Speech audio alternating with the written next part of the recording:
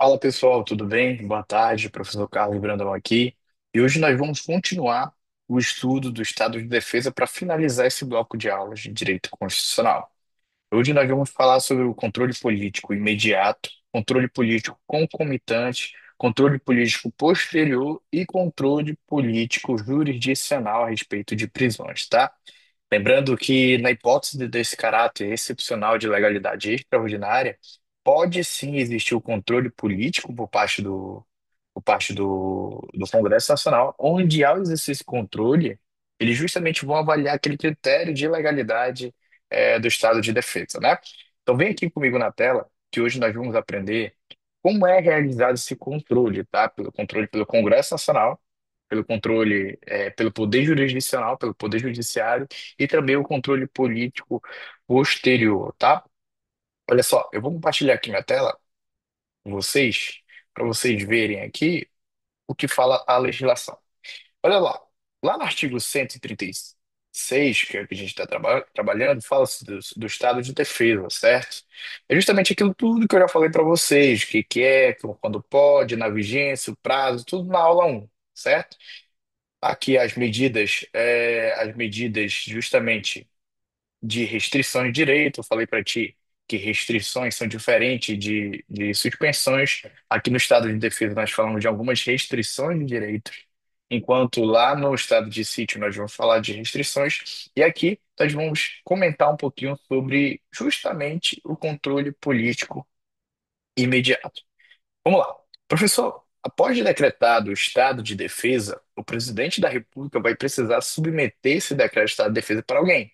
Esse alguém, na verdade, essa casa, nós vamos apresentar para o Congresso Nacional. O Congresso Nacional, olha a palavrinha, vai autorizar, perdão, vai aprovar ou não o estado de defesa, tá bom? Aqui a palavra no estado de defesa, volto a relembrar, é aprovar ou não. E nessa aprovação, após enviado esse decreto de estado de defesa para o Congresso Nacional, ele vai ter 10 dias, né, justamente para aprovar ou não esse decreto.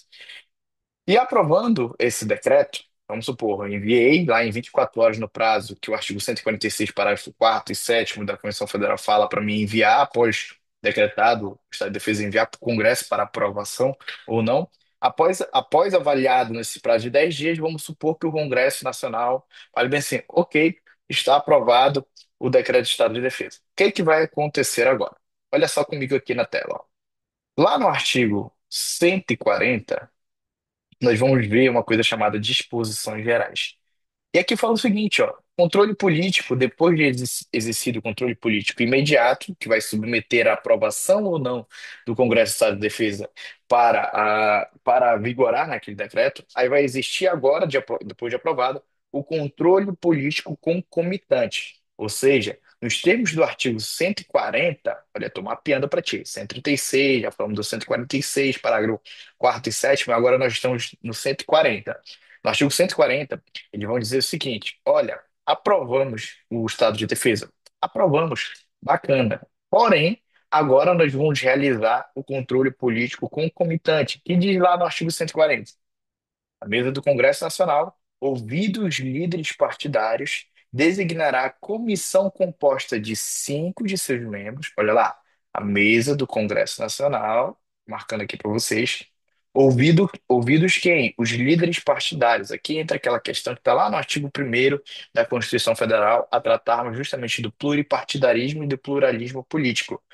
Designará comissão composta de 5 de seus membros para o quê? Acompanhar e fiscalizar as execuções das medidas. Que medidas são? Aquelas medidas de restrições ao estado de defesa e ao estado de sítio. Então, em suma, tem o seguinte: ok, presidente da República, depois de ouvir o Conselho da República, o Conselho da Defesa Nacional, aprovou, perdão, decretou o estado de defesa e mandou esse estado de defesa, mandou o ZAP lá que eu falo, em 24 horas depois de decretado, para o controle político imediato pelo Congresso Nacional. O Congresso Nacional recebe aquele decreto e eles têm 10 dias para aprovar ou não o decreto de estado de defesa. Aprovando o decreto de estado de defesa, agora será realizado o controle político concomitante, nos termos do artigo 140 da Constituição Federal. E diz o seguinte: Ok, aprovou. Agora nós vamos, eu, mesa do Congresso Nacional, nós vamos ouvir os líderes partidários, seja de PT, PL, PCdoB, PMDB, enfim, etc. E nessa, né, depois de ouvir, nós vamos designar uma comissão de 5 de seus membros para acompanhar, composta de 5 de seus membros, dos líderes partidários, né, dos partidos, para acompanhar e fiscalizar as restrições que foram impostas, ou as medidas referentes ao estado de defesa e o estado de sítio.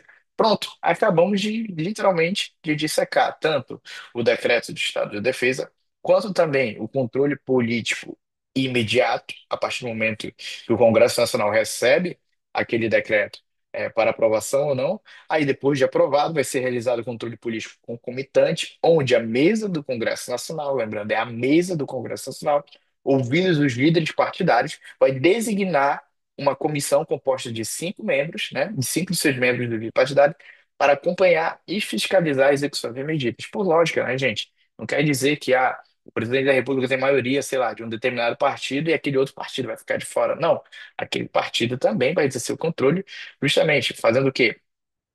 Fiscalizando, e acompanhando a execução daquelas medidas. Beleza?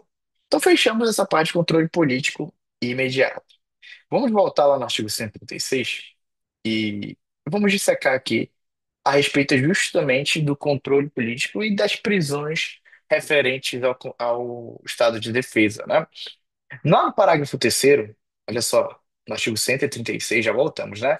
Fala justamente o seguinte: na vigência do estado de defesa, a prisão por crime contra o Estado, opa, crime contra o Estado, determinada pelo executor da medida, será por esta comunicada imediatamente ao juiz competente, que a relaxará, se não for legal, facultado pro preso requerer o exame de corpo de delito à autoridade policial. Fica comigo aqui, ó. Aqui nós já estamos entrando na seara do controle político jurisdicional, que é justamente feito com relação às prisões. Na vigência do estado de defesa, podem ocorrer prisões contra o Estado, né, por crime contra o Estado. Mas essa prisão vai ser automaticamente, depois de preso, né, pelo executor da medida, vai ser comunicada a uma autoridade judicial. Se porventura avaliar que aquela hipótese foi ilegal, relaxar a prisão, é, e se não for, perdão, que a relaxará, e se não for legal, facultado ao preso requerer exame de corpo de delito, ou seja, autoridade policial. Então, assim, a incomunicabilidade na vigência do estado de defesa, ela não pode, ou seja, eu não posso pegar um preso, jogar ele lá no arcabouço e deixar ele lá, falar, esquece ele aí, tá preso, a vigência do estado de defesa. Apesar de ser uma vigência de um caráter excepcional, a incomunicabilidade é vedada, ou seja, o preso tem que se comunicar. E detalhe, olha o inciso 2. A comunicação do preso, a comunicação será acompanhada, além da comunicação de prisão, será acompanhada de declaração. Declaração de quê? Declaração do estado físico, pela autoridade do estado físico ou mental do detido no momento da sua autuação. Ou seja, além daquela comunicação imediata à autoridade jurisdicional, será também comunicado o estado físico e mental do detido no momento de sua autuação. Tá bom? E olha o inciso 3.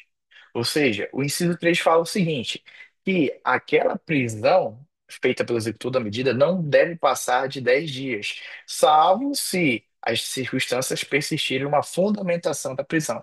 Olha lá como está o salvo. Salvo quando autorizada pelo Poder Judiciário. É justamente a fundamentação e necessidade do magistrado, após aqueles 10 dias, falar: olha, é necessário lá nos termos envolvendo ali os requisitos que admitem a prisão processo, é necessário manter o cara preso, né?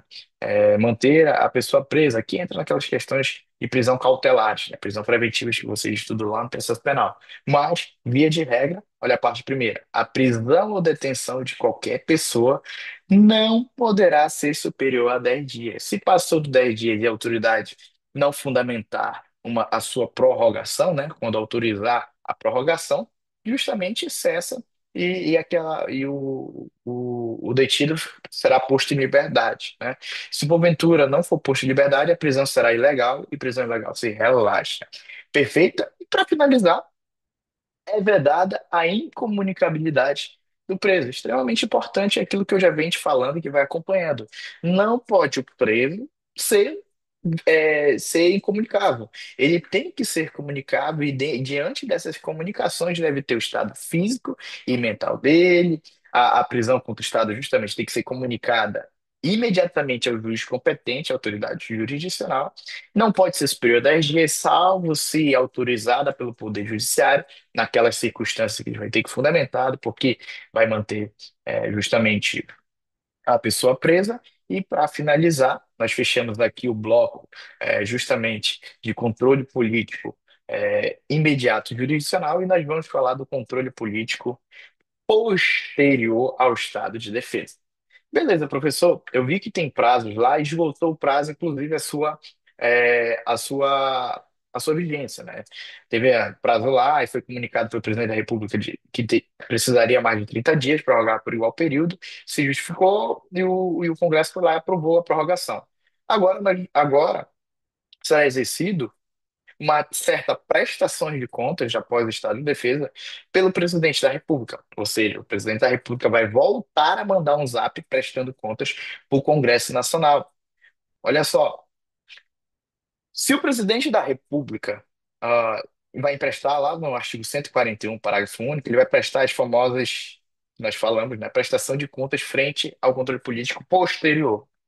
Olha lá, cessado o estado de defesa ou estado de sítio, cessarão também seus efeitos, sem prejuízo da responsabilidade pelos ilícitos cometidos por seus executores ou agentes. Ou seja, cessará, mas se tiver responsabilidade pelos executores e os agentes, vão ter responsabilidade nas devidas esferas. E o parágrafo único, ele é bem legal, que diz o seguinte: é o ZAP, até brinca aqui, é o ZAP que o presidente da República vai ter que mandar para o Congresso Nacional. Logo que cesse o estado de defesa ou estado de sítio, as medidas aplicadas em sua vigências serão relatadas pelo presidente da República em mensagem, por isso que eu falei do Zap, né? Em mensagem ao Congresso Nacional, com especificação e justificação das providências adotadas com relação nominal dos atingidos e indicações das restrições aplicadas. Olha só, o artigo 141 está lá nas disposições gerais que trata também de estado de defesa e estado de sítio, vai falar o seguinte: Ei, presidente da República, cessou o estado de defesa. Não poderia ser para sempre. Agora tu vai ter que me mandar um zap prestando contas do que aconteceu na vigência do estado de defesa, olha, lá, especificando e justificando as providências adotadas com relação nominal dos atingidos e indicações das restrições aplicadas. Estão vendo que a própria Constituição Federal está tendo aquele controle posterior é, determinando uma conduta para o presidente da República, que é justamente enviar uma mensagem ao Congresso Nacional para essa prestação de contas, e professor, se porventura ele não enviar essa mensagem, se for caracterizada justamente além da legalidade, o que que pode acontecer? Sem prejuízo da responsabilidade pelos ilícitos cometidos por seu agente. E aqui eu queria trazer uma citação de José Afonso da Silva, que fala o seguinte: José Afonso da Silva fala que se não forem aceitas essas prestações de contas pelo Congresso Nacional, estará caracterizado, portanto, o crime de responsabilidade pelo presidente da República. Aqui ele fala o seguinte: a lei caracterizada como de responsabilidade, especialmente atentando a direitos individuais pelo que pode ser submetido ao respectivo processo previsto no artigo 86 e regulamentado pela Lei 1079 de 50. Ou seja, se o Congresso Nacional não aceitar aquelas informações prestadas pela mensagem do Zap que o presidente da República mandou pela prestação de contas, ele pode ali estar caracterizado um crime de responsabilidade por parte do presidente da República. Beleza? E para finalizar, quem são os executores das medidas, professor? São justamente segurança pública com as Forças Armadas, né?